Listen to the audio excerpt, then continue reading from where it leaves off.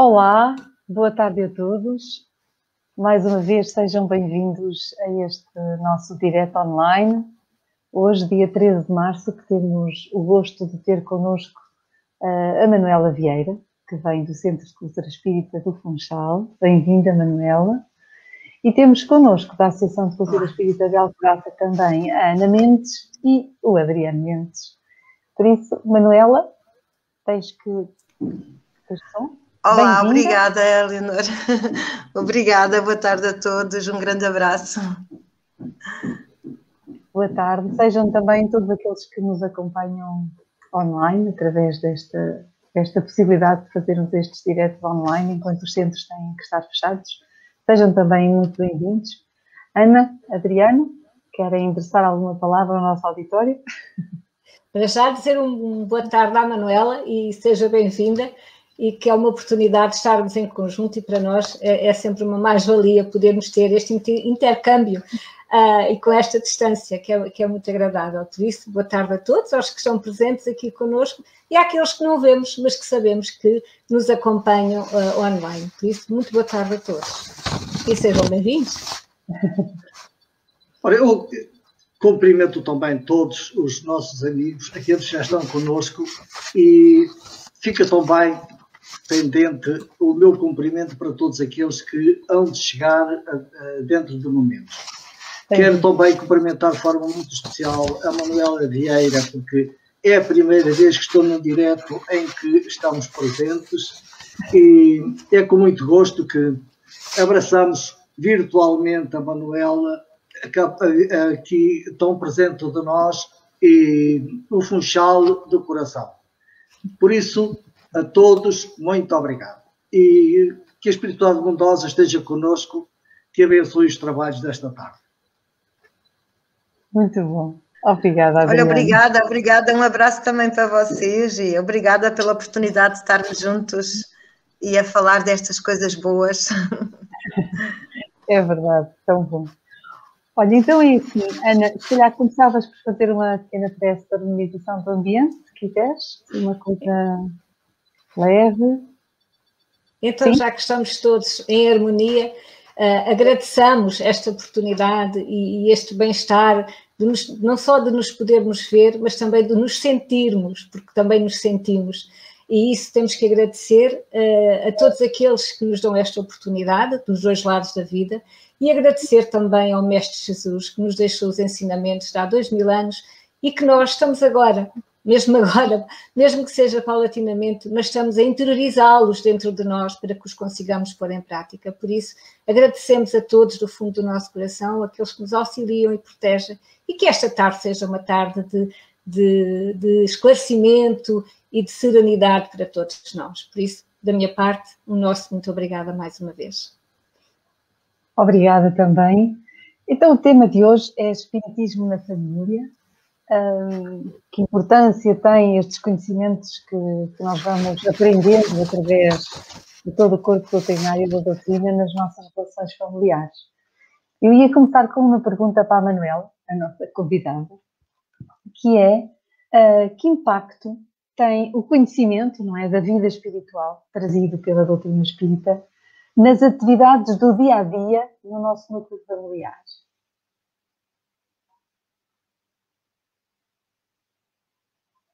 Estás-nos a ouvir, Manuela? Estou? Sim, eu peço desculpas, não me... Estão a ouvir? Sim, agora estamos. Sim. Pronto, é que eu estou a fazer este direto pelo telemóvel, que hoje aqui nesta zona tivemos sem luz, enfim, há aqui uma série de coisinhas à volta, mas vamos tentar chegar ao fim.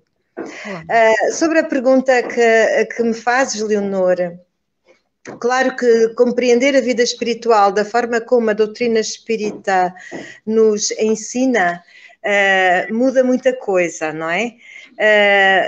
A partir do momento que nós compreendemos a vida futura, a partir do momento que nós compreendemos que nada acaba aqui, passamos também a compreender as leis espirituais, as leis que regem também a nossa vida, logo passamos a compreender que tudo o que fazemos ou deixamos de fazer tem consequências. Então, no nosso dia-a-dia, com essa consciência mais aberta, conseguimos fazer escolhas melhores, tomar outras decisões, inclusive na relação na família, não é? Na educação que damos aos nossos filhos. Isto é muito importante. Todo um trabalho, toda a noção de solidariedade, de fraternidade muda, não é?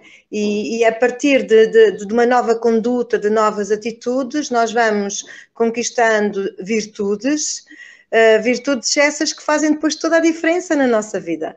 Tem um grande impacto na nossa vida, não é? Porque são ganhos e pouco a pouco, nessa caminhada, muito embora possamos cair muitas vezes, mas a tentativa de sair do erro com uma consciência mais aberta do ser imortal que nós somos, não é? Porque perceber o mundo espiritual é perceber a nossa imortalidade. Faz, de facto, toda a diferença mesmo. Não sei se respondi à tua questão. Se querem acrescentar mais alguma coisa? Eu queria perguntar a Ana, Adriano, querem acrescentar alguma coisa? Eu posso acrescentar, se me for permitido. Claro. É assim, eu acho que a Manuela disse que realmente aí corresponde à verdade. E eu acrescentaria só uma situação, é que sabendo nós que a espiritualidade, que muitos de nós não vemos, mas que estão connosco, nos conduzem e nos influenciam de forma nem sempre boa, porque a espiritualidade bondosa que nos auxilia intui-nos e não nos influencia, há uma certa diferença. Faz também compreendemos às vezes certas atitudes que nossos familiares, os nossos filhos têm de reações intempestivas, que quase que nem conseguimos perceber o porquê daquela situação. E compreendendo um pouco mais e que a espiritualidade que somos todos nós, que nos influenciamos uns aos outros, como Kardec nos diz, influenciam-nos muito mais que aquilo que nós pensamos, às vezes até são eles que nos guiam. É importante compreender que reações menos boas que nós nem sequer estávamos à espera, porque não era para tanto, compreendemos, olha, se calhar há ali uma certa influência, uma necessidade de serenar, nós também acabamos por nos tornar mais responsáveis em reagir logo à ação do outro, porque temos já um conhecimento que nos permite, não é que o consigamos pôr em prática em todo o instante, mas em certas situações nós já conseguimos frear e dizer assim, não, calma lá, que da mesma forma que tu nem sempre estás bem, aquele também pode não estar. E isto também nos traz logo à partida um conhecimento do quanto o outro, que neste caso, e falando da família, os mais chegados, os nossos filhos principalmente, por vezes têm reações tão adversas para nós que nós por vezes ficamos a pensar, mas o que é isto, não é? E isso faz toda a diferença e o conhecimento da doutrina espírita tem esse impacto em nós, é nós compreendermos que os nossos filhos também são espíritos imortais como nós e que vêm também pelos acertos como nós estamos pelos acertos. Por isso é que, no fundo, nós reencarnamos na família e no sítio que nos é mais necessário para a nossa evolução. E isso faz toda a diferença. Mas já é uma pergunta a seguir que nós já vamos abordar essa questão ainda mais, de forma mais profunda. Sim. Mais profunda. Sim, mais em concreto, digamos assim. Eu agora ia fazer uma pergunta ao Adriano. Pode ser, Adriano? De que modo o espiritismo, ao dar-nos a conhecer porque sofremos, nos auxilia no entendimento de alguns conflitos familiares que nós vivemos? Todos nós. Ora, muito bem. Quando aparece uma situação, eu parece que vou fugir aquilo assim à pergunta, mas depois vou tentar enquadrá-la. Quando normalmente numa família aparece uma situação de dor, ou porque há uma doença grave, ou porque houve um atropelamento, a pessoa ficou paraplégica, normalmente a pessoa diz, oh meu Deus, porquê eu? Ora bem, nós sabemos que estamos num planeta, os espíritas sabem que estão num planeta de provas e expiações.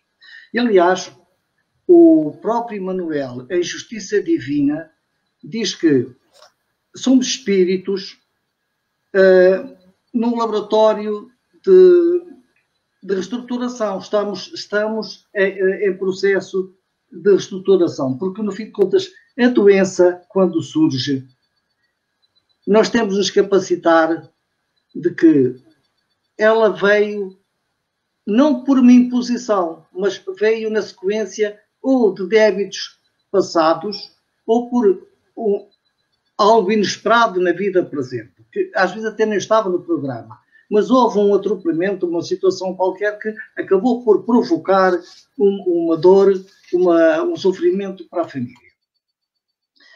Nós, se tivermos conhecimento, enfim, o espírita tem a vantagem de ter o conhecimento do porquê do sofrimento.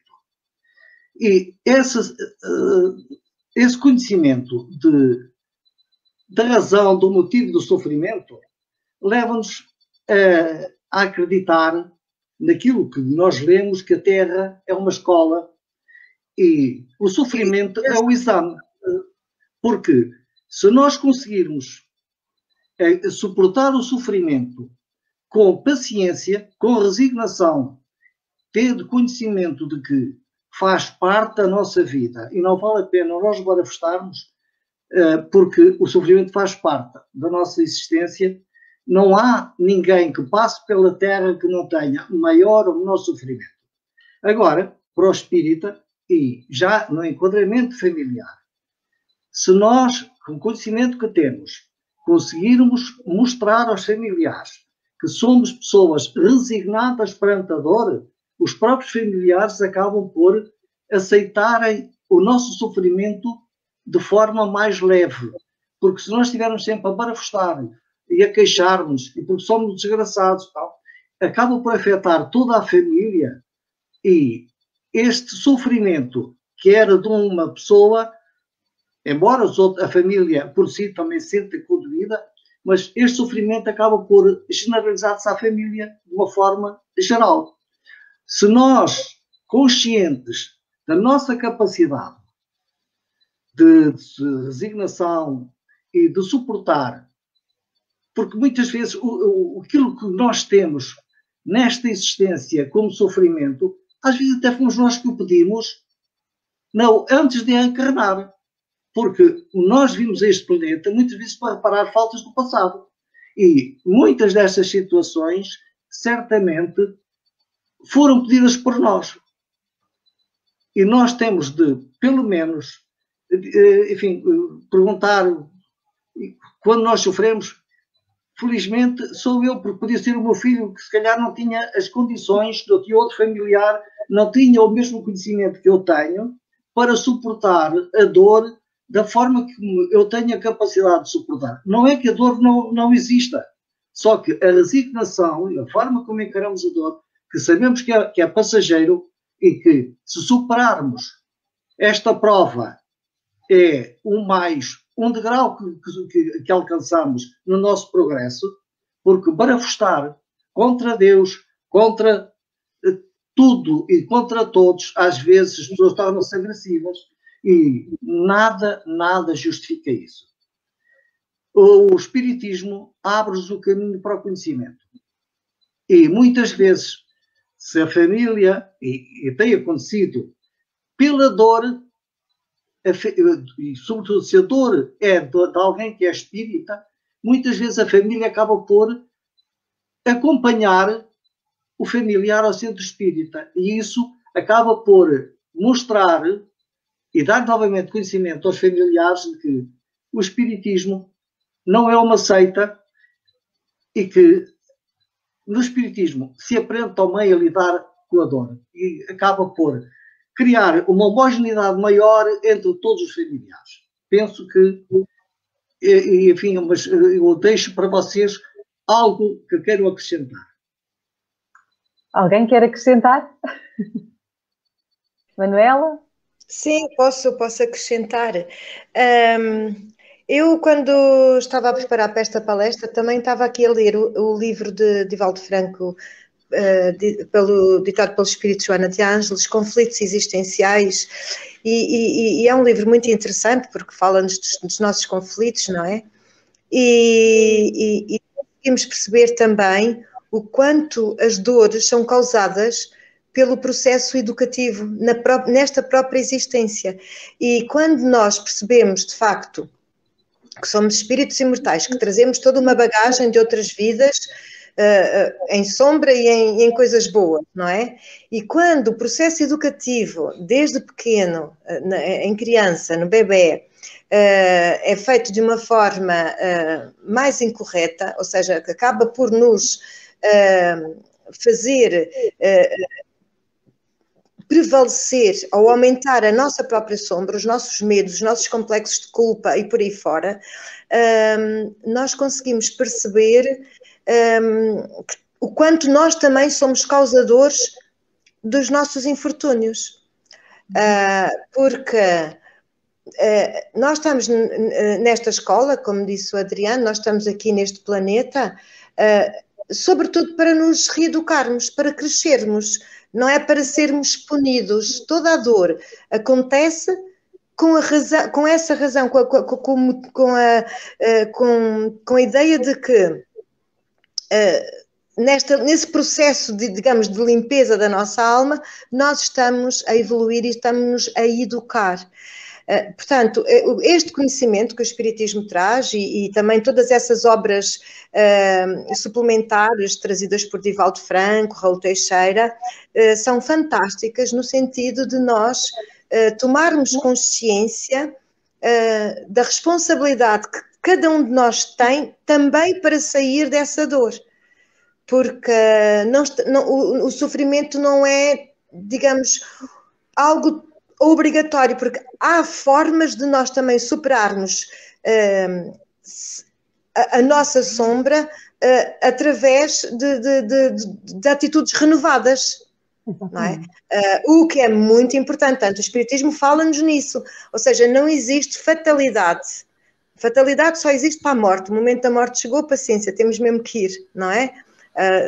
A morte depois só precisa de um pretexto, uma doença ou aquilo que for. Mas não existe fatalidade em termos, e também existe a fatalidade em termos daquilo que diz respeito à parte física, não é? Pronto, se nós nascermos com uma deficiência física, tem a ver com essa deficiência que a alma traz. Mas todo o resto, nós podemos endireitar a nossa vida. Temos essa possibilidade, a reencarnação dá-nos essa possibilidade. E isto enche-nos de esperança. Não é? Às vezes a gente diz assim, a nossa família é isto, é aquilo, é difícil. Mas podemos fazer diferente e melhorar. Portanto, é uma esperança. O Espiritismo, de facto, é muito bom. É muito bom estudarmos para podermos perceber estas nuances. Sem dúvida. E a próxima pergunta eu vou responder. Em que medida o conhecimento da doutrina espírita influencia as relações interpessoais na família? E só pode influenciar de forma positiva, como temos estado a ver, não é? E claro que também nesta situação haveria tanto para dizer. E já falámos aqui na reencarnação, que nos traz também o conhecimento de que nós reencarnamos na família que é mais útil para nós, não é? Na família e não só. Sabermos que somos este espírito imortal com sucessivas existências e que trazemos impresso no nosso ser, fruto de todas as nossas experiências e das nossas aprendizagens pretéritas, então, consequentemente, sabemos também da necessidade de nos mantermos atentos, vigilantes a nós próprios, não é? De nos avaliarmos constantemente. E nessa avaliação, aceitarmos, mas também fazer o processo de nos melhorarmos, de nos irmos corrigindo. Porque ao fazer essa avaliação temos que estar muito conscientes daquilo que necessitamos melhorar em nós. E necessariamente vamos ter que o fazer relativamente aos outros elementos que estão connosco nesta viagem, não é? Nesta família, aos outros elementos do agregado familiar. Então é muito importante a aceitação, aceitarmos como nós somos, como estamos neste momento, reconhecer aquilo que já fomos conquistando, identificar o que necessitamos de melhorar e fazê-lo por nós e pelo outro com compaixão, com tolerância, não é? Exercitar essa aceitação. E isto é pôr em prática. a aceitação desta contingência, porque a reencarnação neste contexto familiar é uma contingência desta reencarnação. E perceber que isto é a tal oportunidade, não é? Que já tivemos a falar, e que vão existir nestes elementos que encarnam connosco nesta família, vão existir elementos com quem nós temos uma tremenda afinidade e que nos ajudarão muito, mas outros que vão constituir grandes desafios para a nossa superação mútua, de ambas as partes. E é especialmente nestes casos que nós devemos estar muito atentos. É aqui que nós temos que exercitar muito, pôr em prática aquilo que o conhecimento que a doutrina espírita nos traz. Percebermos que não estamos juntos por acaso, nem para tornar as nossas vidas difíceis ou miseráveis, como dizia há bocado a Manuela, não é? Para sermos punidos, mas sim para pôr em prática o amor e tudo o que este engloba, aprendendo a superar essas mesmas dificuldades, não é? O grande impulsionador da nossa renovação.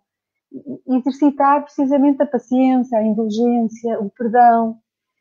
E outra coisa aqui que era muito importante, mesmo que nós não consigamos identificar alguma causa desta existência para estarmos a viver esta dificuldade com aquele ser que está na nossa família, não é?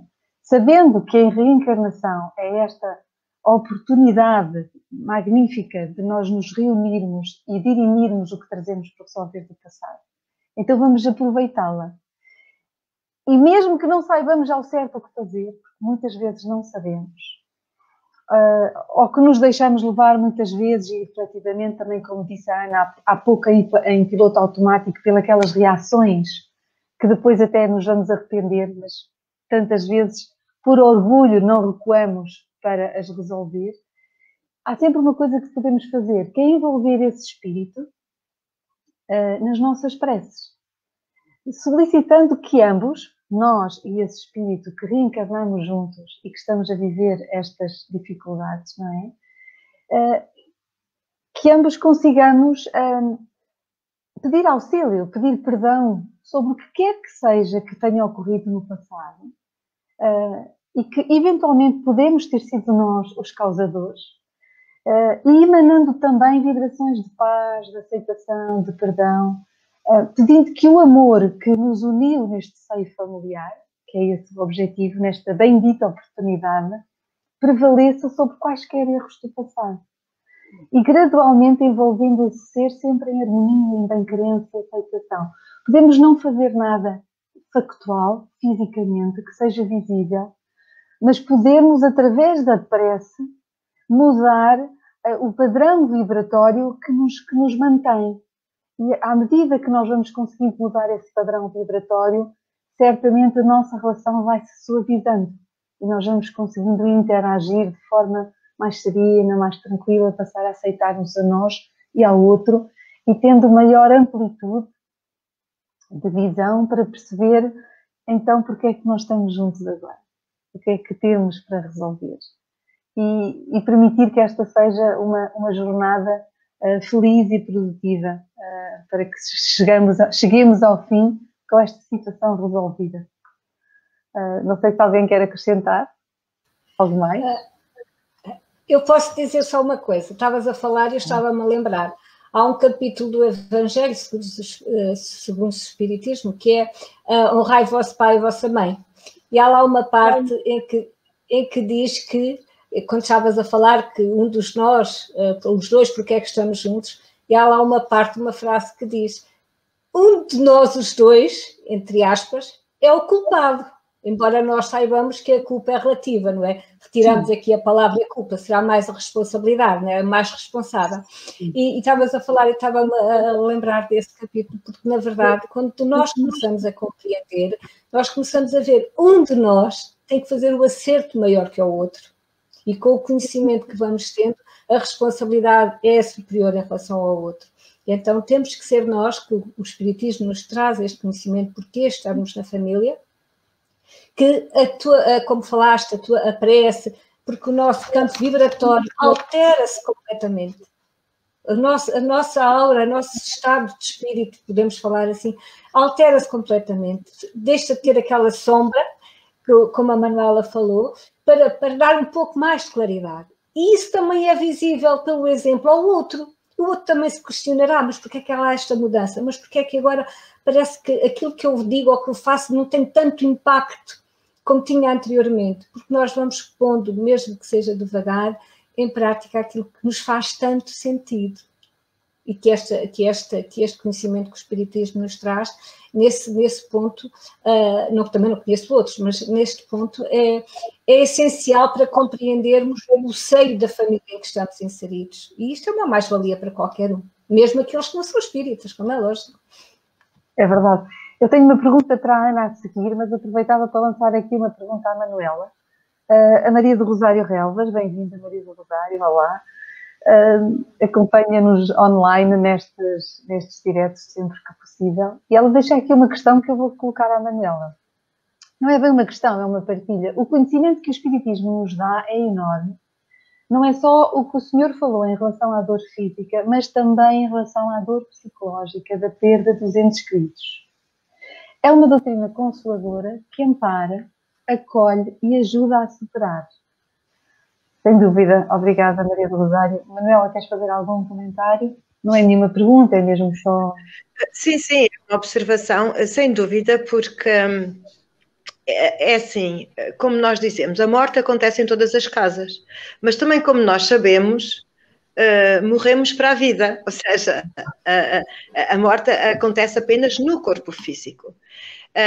Educar para a morte também faz parte. Educar para a vida futura, ou seja, é viver melhor, reconhecer a nossa imortalidade e perceber que nós todos estamos aqui de passagem. Isto dá alguma segurança. Não obstante, é normal que haja dor quando parte alguém muito querido, sobretudo quando se é muito jovem, não é? Há aquela saudade, nós ainda estamos numa fase em que nos apegamos muito.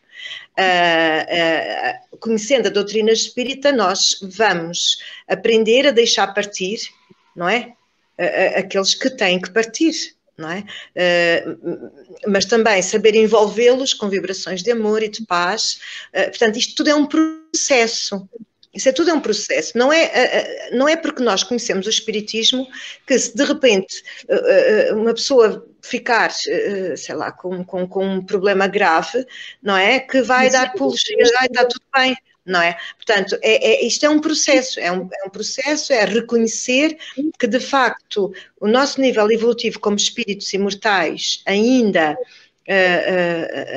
está por aqui, não é? E tanto é que estes sofrimentos acabam por nos despertar muitas vezes para estas verdades, não é? Às vezes há pessoas que têm uma vidinha tranquila, está tudo bem. De um momento para o outro acontece N coisas e a pessoa, sem se dar conta, já está dentro do centro espírita a ver que milagre é que nós podemos fazer. E a partir dessa chegada e a partir de uns...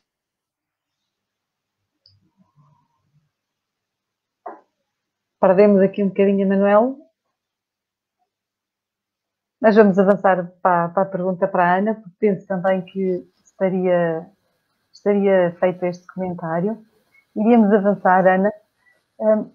Como lidar em situações de conflito ocorridas no seio do casal, quando apenas um dos cônjuges é espírita e o outro, que não é, por exemplo, não aprecia as ausências daquele que tem que sair, por exemplo, para desempenhar as suas atividades no centro espírita, ou até, mesmo não seja as ausências, aquele tempo que se dedica ao estudo, ao trabalho, à preparação de todos os trabalhos que são necessários de atividades no centro espírita.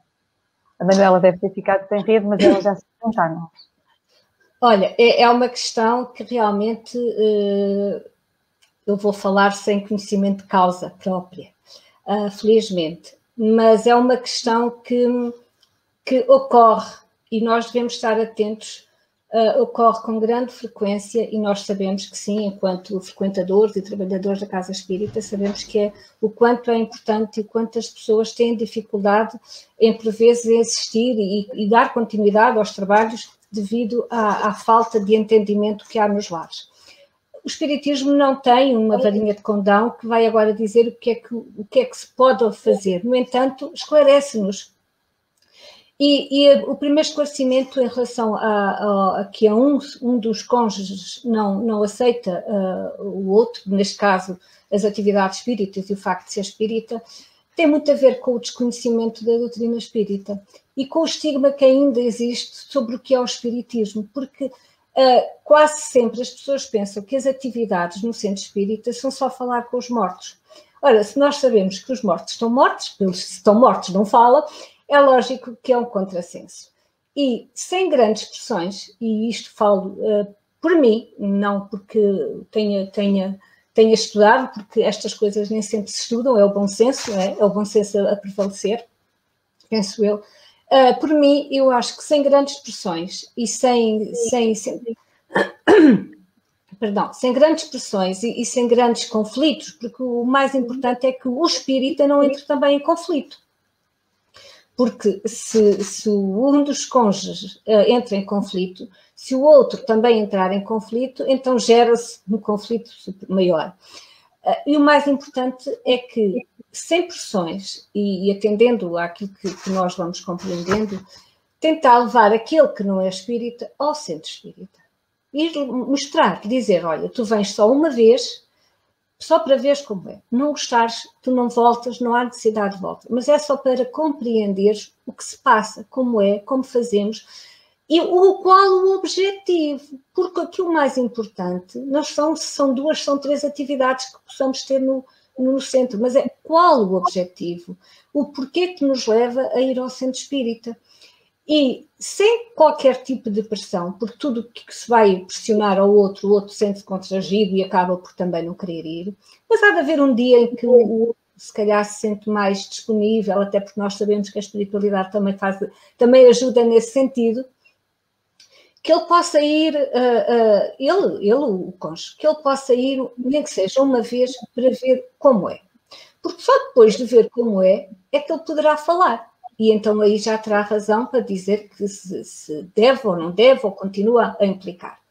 Depois é muito importante, caso haja uma grande intransigência de uma das partes, que aquele que é espírita, e pelo conhecimento que adquirido, que tenha, que é difícil, não é fácil, que tenha no mínimo a capacidade de que no lar, vamos supor que é uma esposa, que é uma mulher, que no lar pelo menos começa a não faltar nada.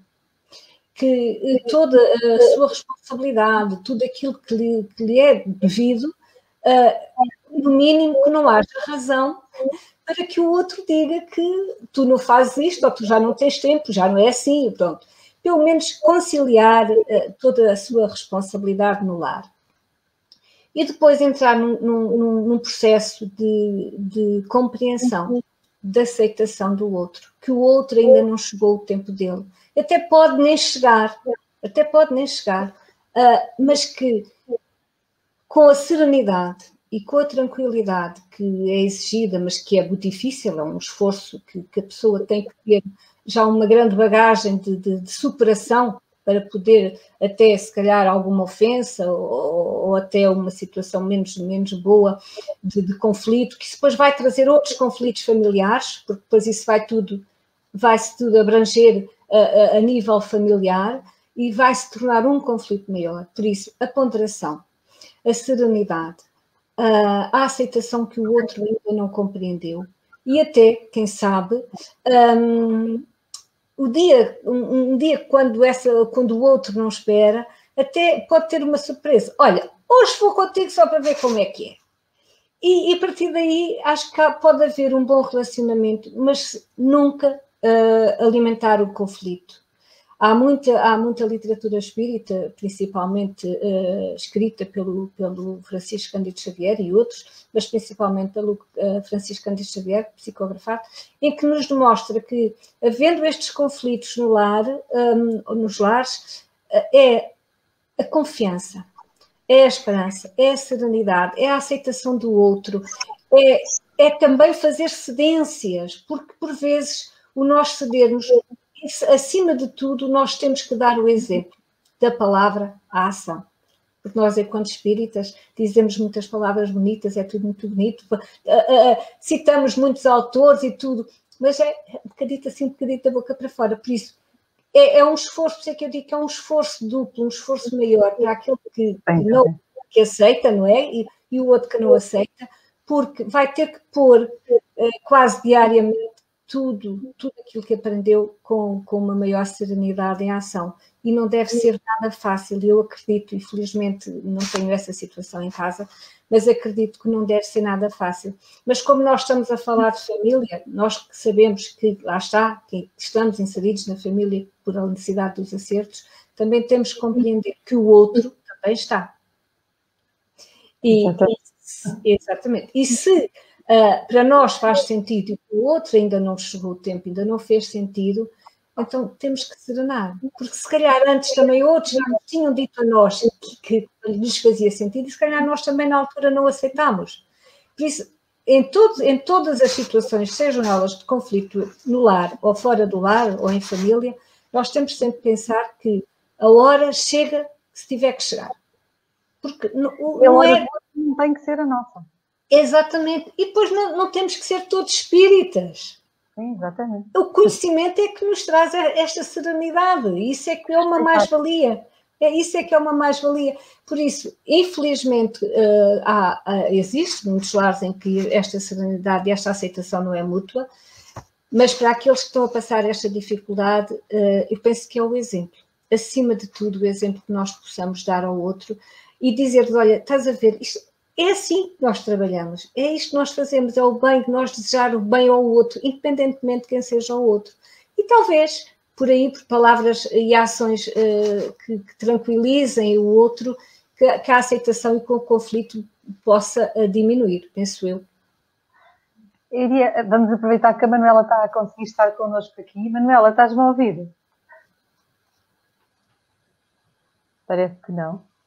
Então, eu ia passar a pergunta ao Adriano, que diz... A Manuela entra e cai. Manuela, estás-me a ouvir? Estás-me a ouvir? Olá, Manuela, bem-vinda. Bem, eu vou passar a próxima pergunta para o Adriano, que diz assim: como devemos agir quando a família não vê com bons olhos, que é um bocadinho na sequência desta que a Ana perguntou, mas a pergunta à Ana foi feita em concreto em relação ao marido, a um dos cônjuges. Manuela, estás-nos a ouvir? Estás-nos a ouvir, Manuela? Manuela? Tens que ligar o microfone. Não, ela fica com a imagem parada. Então vamos avançar com a pergunta para o Adriano. Como devemos agir quando a família não vê com bons olhos a nossa dedicação à casa e à causa espírita? Portanto, na pergunta da Ana era muito em concreto o cônjuge, não é? E agora a pergunta ao Adriano é muito mais a família. Aquela família que não tenha que ser o nosso núcleo duro, não é? Que digamos fora da casa que nós habitamos até. Adriano, queres responder?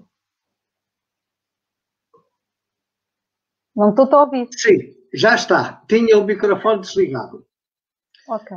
Olha, ora bem, eu aqui vou abordar esta situação com um pedacinho de retrospectiva da minha vida.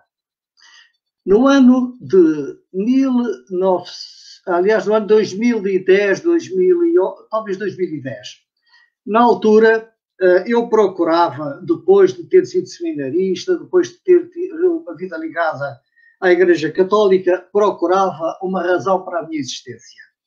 E na altura acabei por procurar entendimento junto do budismo.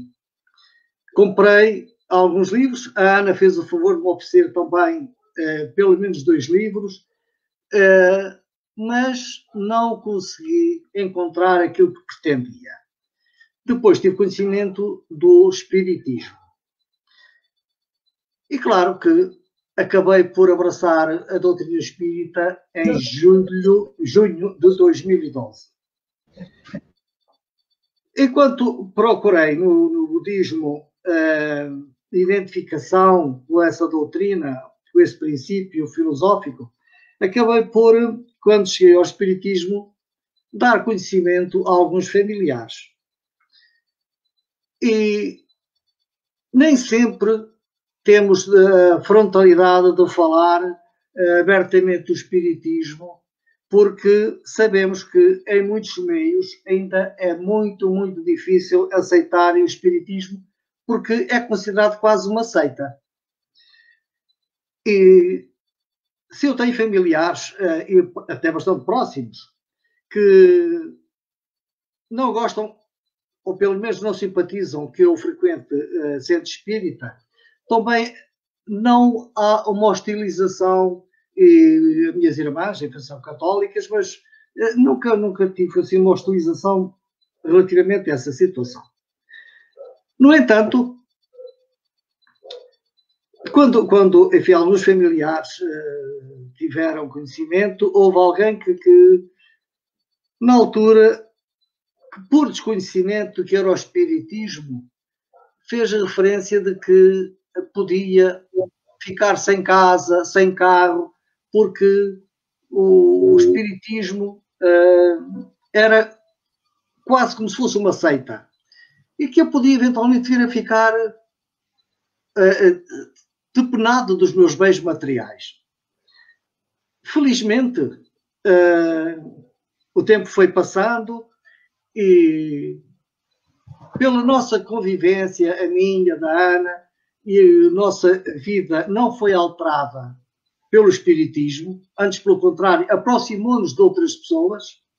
Esse familiar que na altura fazia referência de que eu podia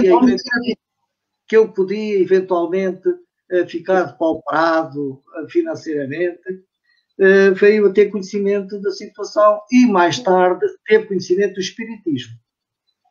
Curiosamente, a Ana teve o bom senso de oferecer um livro e começou-se a desenvolver um conhecimento mais próximo do que era a doutrina espírita.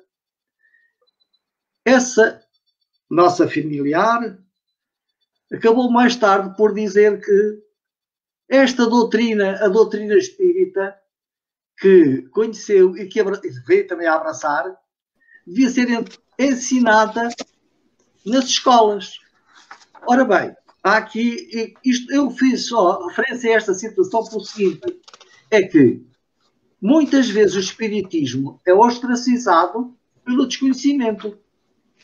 Porque da mesma forma que este familiar na altura tinha algumas dúvidas, porque não conhecia o que era a doutrina espírita, da mesma forma que eu uns anos atrás não tinha conhecimento, e entrei na doutrina espírita em 2012, na sequência de uma busca que eu precisava para me identificar, porque eu não podia conceber que Deus fosse um carrasco, que à nascença de cada um de nós, agora já é nesta encarnação, mas na altura, na nascença, uns vinham perfeitinhos, outros vinham aleijados, uns vinham para ser ricos, outros vinham para ser pobres. E eu precisava de algo que me trouxesse esclarecimento sobre a vida do ser humano à superfície da Terra. E encontrei na doutrina espírita. Esse familiar, mais tarde, acabou por também ter conhecimento, precisamente, da doutrina espírita. Se na altura em que os familiares colocam em dúvida se nós estamos ligados a alguma seita, se nós tivermos, pelo menos, a hombridade de explicarmos serenamente, sem irmos pôr em evidência o espiritismo e colocando num nível inferior qualquer outra religião, estamos a tomar do nosso lado uma força que nós não temos, porque o espiritismo é algo que, primeiro que tudo, respeita todas as religiões. E é por isso que não é fora do espiritismo se encontra a salvação. Não é no espiritismo que também se encontra. Encontra-se na nossa boa vontade, na nossa ação no dia a dia. Como ontem alguém numa palestra de fé dizia: espíritos, amai-vos, espíritos, instruí-vos, porque nós somos todos espíritos criados pelo mesmo Deus. Ninguém é mais que outro. Deus ama todos da mesma forma. E aquele familiar que não gosta de nós por o facto de andarmos no espiritismo, por frequentarmos um centro espírita, o nosso Deus é o mesmo para todos. Nós temos de respeitar a todos, porque somos todos filhos, somos todos irmãos. E ninguém é mais que o outro. Muitas vezes, o desconhecimento é que faz as diferenças. Porque se nós conhecermos tanto a doutrina espírita como as outras doutrinas, as religiões, porque todos temos de nos preocupar conosco, com o nosso próximo, e dar a entender ao outro que nós não somos nem melhores nem piores. O espiritismo, como dizia uma pessoa que frequentava a nossa associação, o espiritismo não nos faz santos. Dá-nos conhecimento para sermos mais responsáveis e para aplicarmos o conhecimento que temos na nossa melhoria íntima. Sem dúvida. Tudo de bom. E eu vou deixar-vos por aqui, porque não, o espiritismo é família. Desde que seja explicado com respeito, as pessoas entendem. Viram a entender com o seu tempo. Manuela, vamos aproveitar que estás aqui. Olá. Eu peço imensa desculpa. Nem no computador, nem não sei o que é que se passa. Hoje tivemos esse problema da eletricidade aqui nesta zona. E não, mas a net até costuma funcionar muito bem aqui. Eu também não estou na minha casa, não é? Mas costuma funcionar muito bem. E hoje tivemos esse problema. Eu peço imensa desculpas a todos que estão connosco. Nós não temos nada para te desculpar. Portanto, com muita pena porque não estamos a aproveitar tanto de ti como queríamos. Mas vou-te já fazer 2 perguntas seguidas. Está bem. Eu vou contextualizar numa única. Sim. Ou seja, elas conjugam-se. De que forma, mesmo quando os filhos não vão ao centro espírita, podemos fazer-lhes chegar a mensagem ou o conteúdo doutrinário que tanto nos auxilia? E isto, na sequência, a seguir vem outra pergunta que dizia: e que razões podemos buscar para compreender que em muitos lares em que um ou ambos os cônjuges são espíritas, os filhos, e aqui mais os adolescentes e jovens adultos, porque pequenos nós gerimos a vida deles e somos nós ainda que decidimos onde eles vão, não é? Fazemos as escolhas por eles. Como é que podemos explicar que eles não adiram a esta visão da vida? Portanto, são 2 perguntas numa. De que forma de passar a mensagem e o conteúdo a eles quando não frequentam, e o que é que achas, que razões para que eles não adiram? Tu que és professora, és mãe, lidas muito com esta juventude. Passar a mensagem é educar. Quando os pais esperam que seja o centro espírita a dar a educação moral aos seus filhos, está o caldo entornado, porque a educação começa já na gravidez, a educação começa no berço, no vínculo, no trabalho presente que os pais têm que fazer com os seus filhos, para os conhecerem. A educação, no fundo, o que é conhecer o filho, é extrair aquilo que ele tem, que é para limar, e oferecer novos caminhos. Isto é um processo que tem que ser feito em casa. Mesmo que ninguém vá ao centro espírita, se houver uma atitude de presença correta, de honestidade, de frontalidade, de conhecer o outro, nós estamos no bom caminho. Não é? Porque há bocado alguém disse, que eu fui ouvindo aos pedacinhos, não é? Que é a caridade que salva, que é o bem que salva, é o amor que salva. Não é? O espiritismo não diz que é o espiritismo que salva. O espiritismo traz-nos ferramentas para a vida. E a vida acontece 24 horas, não acontece 1 hora quando a criança vai ao centro. Portanto, é em casa. Depois, o Evangelho. Como é que nós ensinamos o Evangelho aos nossos filhos? Pondo em prática na nossa vida. Vou só contar uma história. O casal iam ao centro com os seus 2 filhos, subiam a escada rolante. Do outro lado estava uma senhora velhota que se enganou na escada rolante, foi para o lado ao contrário, era uma atrapalhada muito grande, e eles observaram e disseram, oh, coitada da mulher, está aí aflita. E continuaram sempre. Onde é que está aqui o Evangelho? O Evangelho não se encontra no altar, nem no centro espírita, nem em sítio nenhum. O Evangelho tem que ser trabalhado nos nossos corações. Quando nós aproveitamos todas as oportunidades que a vida nos dá, de sermos corretos, de fazermos o bem, de sermos transparentes, nós estamos a dar essa boa mensagem aos nossos filhos. Na adolescência, os pais continuam a ser pais. O problema da atualidade é que os pais deixaram de se empoderar. Os pais deixaram de educar. O problema não está na juventude. A gente diz, essa nova geração já sabe tudo. Não sabe.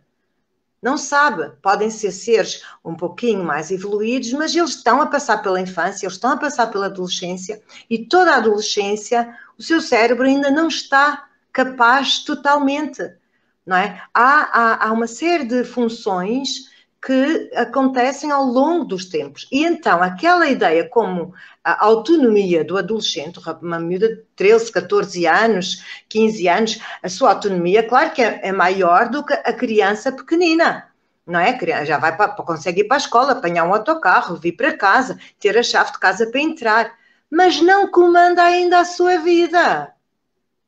Eu quero ir àquela festa. Porque então, mas quem é que vai à festa? Os meus amigos. Então, bom, e os pais não conseguem dizer que não, porquê? Então, mas sabe se está algum adulto? Sabe que se aquilo vai entrar droga, não vai entrar droga? Agora, o problema é que não é preciso fazer guerra. Os adolescentes querem pais maduros, corretos, que sabem dizer sim, sabem dizer não. Jesus disse sim, sim, não, não. Então, olha, compreendo muito que tu queiras lá ir, mas não é uma festa apropriada para ti. Ficas em casa. Pronto. O que é que foi? Vai ficar amoada no quarto? Se espancou a porta do quarto? Olha, desculpa, este comportamento eu não admito aqui em casa. Compreendo que estejas muito raivosa por não ir à festa, mas não. Se estamos com a educação moral, se é acompanhada para além de casa, nos centros, sábado, às 4 horas, põe-te pronta. Vamos ao centro. O adolescente a sua vida biológica está se ajustando, ok? Então ele tem impulsividade, ele tem inconstância, ele tem... Ainda ontem eu estive a ouvir uma palestra de um psicoterapeuta que abordava 4 aspectos da adolescência: impulsividade, inconstância, intensidade e individualismo. Então isto tudo não são coisas más, são ajustes da idade. Agora, estes ajustes precisam de pais presentes para endireitar, para abraçar, para acolher, mas também para encaminhar. Não basta dizer, não faças isso. Não, nós vamos fazer isto. Estás a compreender?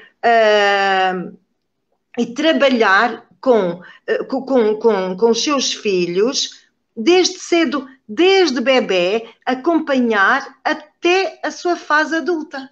Então eles estão dentro de casa, estão a comer à custa dos pais, estão a viver à custa dos pais, porque ainda não têm capacidade de trabalhar, eles estão-se a instruir a nível da própria liberdade, porque a liberdade quer compromisso, quer responsabilidade. Eles não têm totalmente. Eles são muito inconstantes. Eles são muito impulsivos. E de repente já fizeram, já aconteceram. E depois vamos falar, mas porquê que fizeste isso? Não sei, aconteceu. E nem sequer sabem explicar. Logo, devagarinho, vamos explicando as consequências, porque as leis funcionam para todos nós, não é? E para os nossos filhos. O problema dos pais é que quando um filho grita, o pai grita mais alto, ou seja, é toda a gente a fazer birra dentro de casa, e é uma confusão. Depois chegam cansados e dizem, olha, não queres ir ao centro, não vais ao centro. Isto não é solução. E depois há aqui outro pormenor. Uma coisa boa dos adolescentes, eles são muito autocríticos e são críticos. Então, se eles vão ao centro com os pais, e os pais em casa não fazem nada daquilo que se aprende no centro, Não, aquilo é entra a 100 e sai a 3.000, não é? Qual é o adolescente, não é, que vai querer continuar naquilo? E depois eles estão numa fase que, para se fazerem mostrar que existem, têm aquela individualidade. São tudo cotas, não percebem nada. A política do meu pai é horrível. Eu odeio esta casa. E no fundo, é para mostrar que existem. Agora, os pais têm que continuar a dar os limites, não é? Sim, podes até odiar, mas é aqui que estás a viver. Temos que respeitar. Não admito que fales assim. Não é? E a educação moral vai continuar. Até porque os filhos com pais presentes e pais que mostram empatia, portanto, eu percebo que estás mal disposto, mas está na hora de sairmos e de irmos, não é? Os miúdos acabam por sentir segurança e acabam por fazer as coisas. Quando se diz, agora ele chegou na adolescência, já não quer mais nada. Não quer mais nada e os pais, pronto.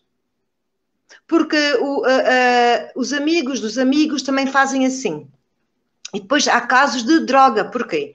Porque quando os miúdos têm que fingir dentro de casa porque os pais ou zangam demais, ou há muita guerra, então eles começam a fingir que são bonzinhos. Depois lá fora é uma desgraça, não é? Eu já tive casos de uma adolescente, 15 anos, porque via espíritos, via não sei o quê, via não sei quantas. E então eu perguntei desde quando é que ela via isto tudo. Portanto, foi do início do ano, mas tu vês como? Ela não quis falar muito e eu perguntei-lhe e ela disse-me que foi só uma passa, consumiu só uma passa. E a partir daí uma passa vai duas e depois quê? Faziam viagens, não é? Faziam viagens. E depois a culpa era dos espíritos. Eu disse, mas onde é que aconteceu isto? Porque quando eu vou à discoteca. Mas tu vais à discoteca como? Eu vou sempre com uma minha amiga. A minha mãe conhece a minha amiga. Eu disse, mas que idade tem a tua amiga? Também tem 15. Mas a mãe da amiga também sabe que vão juntas. Mas as mães vão lá dentro? Não, não vão. Então não tem nada que ir. É que não tem nada que ir. Nós perdemos o fio à meada no processo da educação. Ok? Depois, naturalmente, no próprio centro espírita, os encontros para a adolescência têm que levar em conta toda essa fragilidade dessa idade, todas essas nuances, essa inconstância, essa impulsividade. Então, o que é bom é o jovem vai ao centro espírita porque sabe que lá encontra respostas para aquilo que procura. Mas se vai lá para lhe darem mais matéria, como lhe dão na escola, que nem quem que aguenta. A própria escola já está numa fase que é preciso mudar, não é? A própria escola precisa de mudar esse seu paradigma. Os centros espíritas também têm que se atualizar neste processo educativo, não é? Neste momento, a própria Federação Espírita Portuguesa tem um programa adequado a estas nuances. A Federação Espírita Portuguesa tem proporcionado, começámos este ano, mais formações com os educadores espíritas e também mais material para proporcionar esta mudança, uma mudança positiva, uma mudança evolutiva, não é? Dos tempos. E de certeza que as crianças vão. Até porque nós, como adultos, há muitos adultos que vão ao centro durante uns tempos e depois desaparecem. Porquê? Se a gente for ver bem, eles dizem, eu fui lá porque tinha este problema e fui aprendendo e consegui resolver e tal. E pronto, a partir daí começou a ouvir uma outra coisa que não lhe interessava, que ele não estava tão afim, foi-se desligando, não é? Por isso é que é muito bom, no final das palestras, haver sempre um momento de perguntas e respostas, pedir às pessoas que temas gostariam de ouvir. Porquê? Porque vai ao encontro das necessidades. Porque o espiritismo é vida. Nós não vamos para fazer uma palestra para sermos grandes oradores. Nós vamos partilhar aquilo que percebemos dentro do nosso entendimento, porque o que eu percebo, o outro ainda pode perceber melhor, não é? Então é uma troca de conhecimentos para a vida. Portanto, os pais têm que, e neste momento não há desculpas, não é? Porque nós já temos alguma inteligência desenvolvida, há palestras, há muitas coisas no YouTube, onde falam do desenvolvimento biológico, fisiológico, psicológico da sua criança, do seu adolescente. É preciso saber acompanhar isto. E não dizer que o meu filho agora eu o eduquei de uma maneira e ele agora está muito rebelde. Não, porque aquele adolescente que fica quietinho dentro de casa, que não muge, não buge, não faz nada, coitado, não está muito bem, não é? Então, os pais têm que aprender e não se assustar com o seu filho, não se assustar e dizer muitas vezes que o amam e abraçar, não é? Portanto, este é o processo. Eu não sei se estou respondendo à pergunta, mas foi isso que eu tive a pensar a nível da educação da adolescência, porque a adolescência não é uma doença, não é uma doença. Nós temos é que saber andar junto com os adolescentes, como temos que saber andar junto com os idosos. O idoso ouve mal, nós falamos um bocadinho mais alto, certo? Nós não vamos dizer assim, olha, agora virou surdo. Não. O adolescente tem aquela inconstância. Às vezes ele acorda bem disposto, depois já está mal disposto, depois já está outra vez, depois já não quer falar, não é? Isto não é uma guerra com o mundo, é uma guerra com ele. Ele está-se a tentar equilibrar. É tão difícil para eles próprios, muitas vezes. Como? É tão difícil para eles próprios, por vezes. O próprio adolescente. É difícil, mas se ele sentir um pai que tem segurança, portanto, ele quer tentar qualquer coisa, o pai vê muito bem que aquilo não é bom, tem segurança, acolhe, diz, não, meu filho, eu compreendo perfeitamente que queres ir, há de chegar um momento, não é agora. Opa, isso dá segurança, ele até pode ficar chateado, mas ao mesmo tempo dá segurança, não é? E os pais têm medo. Os pais têm medo de perder os filhos, de dizer não. Os pais querem comprar felicidade para dar aos filhos. Não vão ter nunca, porque isso não se compra. Não é? E o Espiritismo diz-nos isso. Por isso é que Kardec diz que é a educação que vai salvar o mundo. Porque não é educar na fantasia, é educar da nossa realidade. A nossa natureza, nós temos essa natureza biológica que precisa de ser acompanhada, a nossa natureza mental e para além de toda aquela bagagem que trazemos de outras experiências, umas que é para limar e outras que é para melhorar e andar para a frente, não é? Não sei se eu consegui responder, mas pelo menos a net não caiu e aproveitei para fazer as duas questões de uma vez. Eu acho que foi bom, também porque falaste de algumas experiências que não estávamos aqui a focar e que são essenciais com os nossos jovens, não é? Com os nossos filhos, quer sejam nossos filhos biológicos, quer sejam aqueles filhos dos outros, mas que vêm ao nosso encontro nos nossos afazeres, não é? Pois, é assim, Eleonor. Nós somos educadores uns dos outros, todos. E também nós estamos a aprender com os outros, com as crianças, com os adolescentes, com os vizinhos, não é?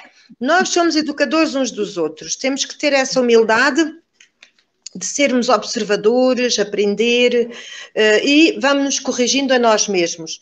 E os pais que percebam que se falharam até agora, o agora é que importa, vamos para a frente e vamos melhorar, vamos corrigir, porque estamos nessa aprendizagem e não é fácil nos tempos de hoje, caiu-se em muitos equívocos, não é? Caiu-se em muitos equívocos e parece que fica difícil depois levantar, mas não, é trazer Jesus de facto para a nossa vida 24 horas, mas com atitude. Na prática. É. Olha, nós tínhamos, penso que vamos terminar com as questões, são 5 e 6. Agradecer a todos aqueles que estiveram connosco, acho que foi excelente, estes debates são sempre muito ricos vamos repetir mais vezes, garantidamente, e estes temas têm a ver com a nossa educação de todos nós. São sempre muito pertinentes em todos os contextos da vida, qualquer que seja o posicionamento em que nos encontremos. Por isso eu iria propor que terminássemos dizendo, a Manuela, convidava a Manuela para fazer aqui uma breve prece de encerramento, porque depois iríamos terminar com uma música, pode ser? Pode ser. Pode? Claro Então, que mais sim. uma vez, Ana, Adriano, não sei se querem dizer alguma coisa para terminar. Olha, eu quero agradecer à Manuela a excelente oportunidade que nos deu.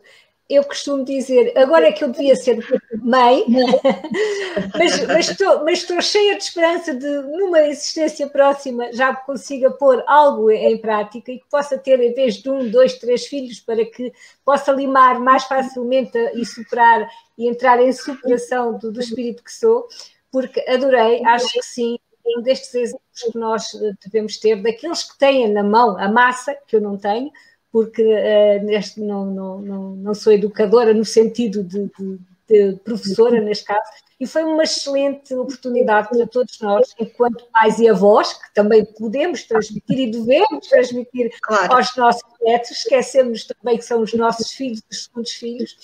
Por isso, é muito interessante, gostei imenso ainda bem que a internet não caiu, porque foi uma excelente explicação, um esclarecimento que nos trouxe a todos nós, uma nova forma de vermos a nossa postura perante os outros. Por isso, agradeço à Leonor o tema que também apresentou e à Manuela, e também ao Adriano, e que todos nós possamos ter uma excelente semana e até próximo sábado. Obrigada. Leonor, desculpe. Sim, Manuela, avança. Eu estava a dizer, se calhar, eu vou deixar aqui o nome do psicoterapeuta que eu tive a ouvir. Se os pais estão nos a ouvir, podem ouvir essas palestras dele. É Léo Freiman. Ele é brasileiro, Léo Freiman. E fala muito desta particularidade dos adolescentes e vai ajudar muito os pais. E depois tenho também aqui um livro de Isami Tiba, ele é psiquiatra. Quem ama, educa. Este livro, eu sei que ele existe também, acho que pelo formato online, ok? O que eu ouvi é Léo, L-E-O, Freiman. Sim, eu já publiquei o nome. E eu estavas a falar agora? Este livro, Isami Tiba, o nome do médico, não sei se dá para ver, Isami Tiba. Quem ama, educa. Muito, muito, muito, muito bom. E é claro, os conflitos existenciais da Joana de Anjos, há aqui determinados capítulos que aborda a educação infantil, como é que a educação prejudica no crescimento, em vários aspectos, sobretudo no capítulo da culpa. Muito interessante, porque nós temos que fazer a nossa parte, é muito importante que façamos a nossa parte, por isso é que Deus nos trouxe com o esquecimento do resto, não é? Para termos a oportunidade de fazer aqui a nossa parte. Desculpa, Adriana, eu interrompi-o. Vou só dizer que também já está aí o nome, Isami Tiba, e o livro é Quem Ama, Educa. Quem ama, educa, sim. Já está aí em rodapé, obrigada. E ele tem outros tantos, depois as pessoas procurem e vejam. Claro. Desculpa, Adriano, diz. Não, de forma alguma. Olha, eu não desculpo ninguém. Então todos desculpa. Nem é preciso pedir desculpa, porque estamos todos em família e somos uma família que procura construir o de cada dia dentro do espírito de fraternidade, de amor, de franqueza. Por isso, Manuela, eu agradeço imenso a oportunidade de estarmos juntos, ainda que à distância, e agradeço também de forma muito especial à Leonor e ao João pelo facto de terem convidado, que é uma mais-valia para este momento que tivemos, e espero voltar a encontrar-nos aqui mais vezes. E também gostava que o João estivesse presente, mas pronto, já que tem de estar na RG, alguém tem de suportar os trabalhos dos bastidores. Por isso, também para João, um grande abraço. Um abraço para vocês todas. Um abraço muito grande para todos aqueles que estiveram connosco e para aqueles que depois vão ver os comentários posteriormente, porque um abraço muito, muito fraterno, e nós somos apenas aliás, neste momento aqui somos 3 elementos da ACEIA, mas a ACEIA são muito mais. E mais uma vez eu digo, estou cheio de saudades vossas. Um grande abraço para todos, beijinhos e muito obrigado por tudo. Obrigada também. Passando então a palavra à Manuela, deixando um até sábado. Próximo sábado encontramos-nos aqui novamente às 16. Vamos ouvir a prece e no fim temos uma música. Obrigada. Tá. Obrigada também a todos vós. Obrigada ao João, que nós não estamos a ver, mas está aí, vamos ver a seguir, não é? Eu vou fazer uma prece, eu vou transformar uma pequena leitura numa prece que está neste livro Quem Ama Educa, que eu acho que é fantástico, porque todos nós procuramos a felicidade, não é? E então eu vou ler em forma de oração com todo o meu sentir. Obrigada. Os pais podem dar alegria e satisfação para um filho, mas não há como lhe dar felicidade. Os pais podem aliviar sofrimento enchendo-o de presentes, mas não há como lhe comprar felicidade. Os pais podem ser muito bem-sucedidos e felizes, mas não há como lhe emprestar felicidade. Mas os pais podem aos filhos dar muito amor, carinho, respeito, ensinar tolerância, solidariedade e cidadania, exigir reciprocidade, disciplina e religiosidade, reforçar a ética e a preservação da terra. Pois é de tudo isso que se compõe a autoestima. É sobre a autoestima que repousa a alma e é nesta paz que reside a felicidade. E agradecemos a Deus a oportunidade de estarmos aqui juntos, trabalhando e estudando no Espiritismo, dando o nosso melhor. Nós te agradecemos, Senhor, e te rogamos as bênçãos para todas as famílias do planeta, que possamos juntos caminhar para a frente neste processo de regeneração. Muito obrigada, Senhor. Obrigada. João? Lindo o teu poema, o teu que acabaste de dizer em forma de prece, e foi perfeito para encerrar o trabalho de hoje. Obrigada, bem-ajas por esta partilha também. Então, um grande bem-aja a todos, até sábado, e terminamos com uma música que vão ver, tem tudo a ver com o tema de hoje.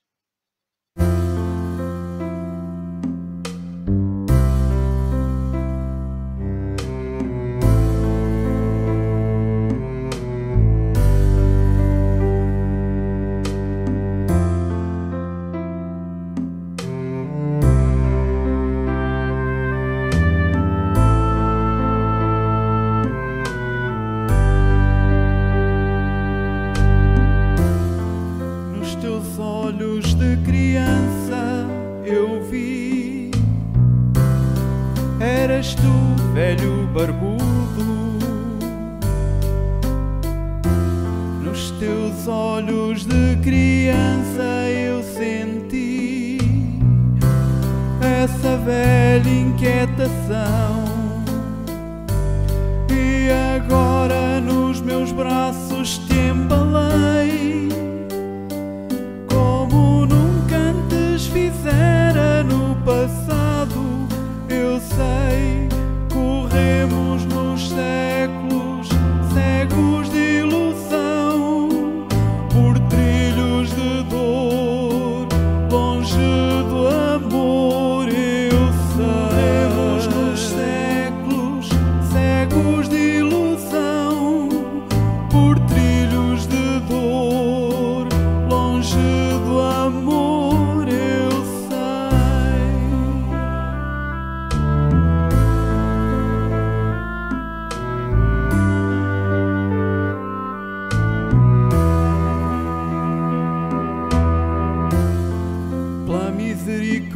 glória de Deus, nossos caminhos estranhamente se voltaram a cruzar. Eu toquei-te de novo, reconciliamos e o amor venceu. Na alegria da reencarnação, na alegria da reencarnação,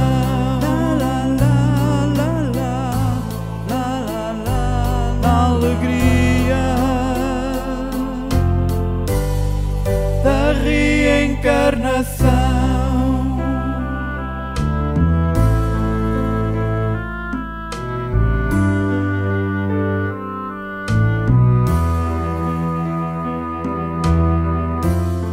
Nos teus olhos de criança eu vi, eras tu, velho barbudo. Nos teus olhos de criança eu senti essa velha inquietação.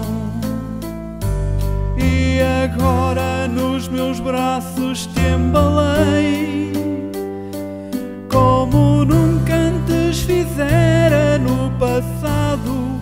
Eu sei, justiça e bondade de Deus não há igual.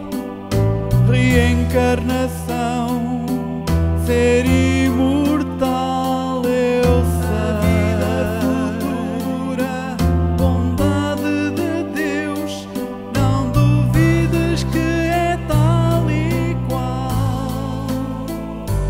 Na alegria da reencarnação, na alegria da reencarnação, na alegria